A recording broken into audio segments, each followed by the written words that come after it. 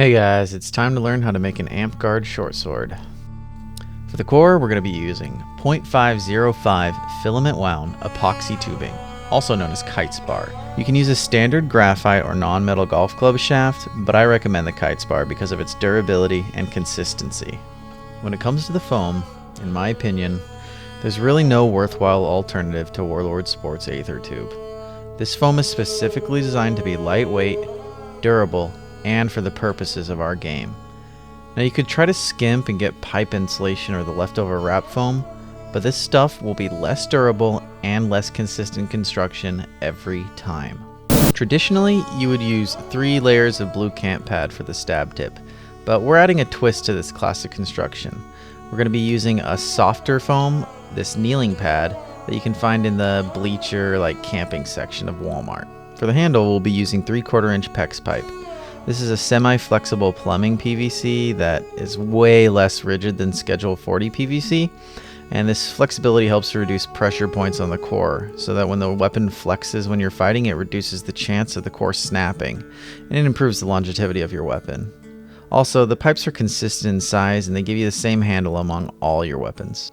The cover is going to be the modern Amtgard standard ripstop nylon. It's lightweight and durable. For tape, we're going to be using duct tape to build up the core so that the handle fits on. We're going to use fiberglass strapping tape for any heavy-duty torquing and things we want to be extra tough. Packing tape to weatherproof the sword. Electric tape to hold down the covers, and athletic tape for grip. You'll also need some other miscellaneous tools. Things that make it nicer: a pipe cutter, knives, scissors, something to measure with. First, if necessary, you need to cut your core to the desired length. I've pre-cut mine for a 36-inch blade, which would be 33.5 inches roughly. This is to account for the stab tip and the pommel. According to Amtgard's construction rules for a short weapon, the handle can be 1/3 the total length. This includes the pommel and the bit of foam that's not strike legal. So for a 36-inch blade, you could have a 12-inch handle, but I like to do about 10 inches so that I don't fail any weapon checks on this merit. I just roughly measure out 10 inches, score the PEX pipe, and cut it with this PVC pipe cutter. Next, you're going to want to take your duct tape. You're going to split it down the center, and you're going to start building up the core's thickness like a bushing. You want this to be the thickness of the inner diameter of the PEX pipe, and you want it to be a snug fit so that there's no rattle.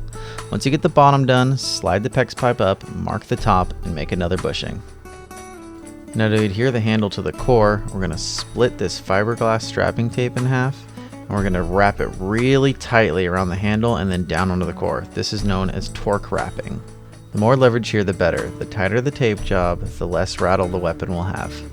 Next, we're going to cap the core of the weapon. We do this to improve the longevity of our stab tip and just add a little extra layer of safety to our weapon. Just cut off a small piece of blue camp pad and tape it to the top. I like to use some fiberglass strapping tape across the core first, then place the foam on top, and then do a nice circle around. Make sure not to compress this little bit. To measure the blade foam length, I line it up at the top of the handle and then measure about 1/4 inch past our cap. To cut our stab tip pieces, I just place the foam on top of the other foam and cut around, making it the same size as the tube. It's pretty easy. Make 2 camp pad tips, one for the pommel. Now you're going to slide the foam onto the core. This can be pretty tough with the Aether tube, but just push it on as tight as you can. It's nice if the fit's snug, actually. Now you're going to take your blue camp pad wafer and your kneeling pad wafer, a little bit of packaging tape here, just to stick it on the tip of the blade so that it stays in place while we put our tape on. Now I'm from Oregon, and in the Pacific Northwest it gets pretty wet. We like to help weatherproof our blades a little bit by laminating them with tape. So we just run tape up and down the sides of the sword all the way around to make a nice semi-waterproof seal. Now when you're doing this, you don't want to compress the stab tip. It'll make the tip break down faster, and it'll make your stabs hurt a little more. So when you're laminating the blade, just loosely drape the tape over the top and then back down the other side. Now just repeat this process for every side of the blade. Just go from the handle over the stab tip back down to the handle. Now using the standard packing tape, we're going to torque the foam down to the handle. This prevents it from sliding off the core and gives a nice stiff feel to your weapon. Now to begin constructing the pommel, I take a 1-inch strip of blue camp mat. I wrap it around the base of the handle, measure it where it butts up, and cut it. This helps widen the base of our handle so that the pommel passes the ring test. So next you're going to want to take some of the packaging tape to adhere this strip to the bottom of the handle like so. Depending on my mood, I cut off this little piece of excess tape.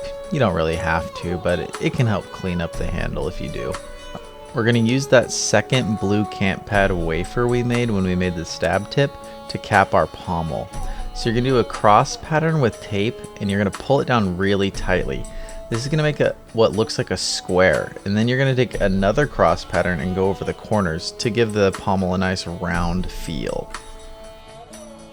Now I strapped down those cross patterns of tape using some fiberglass strapping tape just to keep them really strong and tough. This pommel gets a lot of wear and tear on it from your hand, so you want it to be strong. The last step before we put the cover on the sword is to reinforce the high impact areas.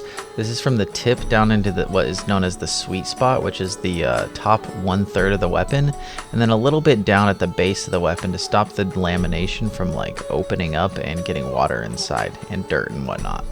I've already made a tutorial on how to make the cover, so I'm not going to be going over that in this video, but next we're just sliding the cover onto the blade. We're almost finished. Pull the cover tight and secure it with electrical tape. Then cut off the excess bit of the cover. I always sew it long so that I can cut a piece off and open it and use it as the pommel. Your pommel doesn't need to have a cover, but it does help your sword look cleaner if you do.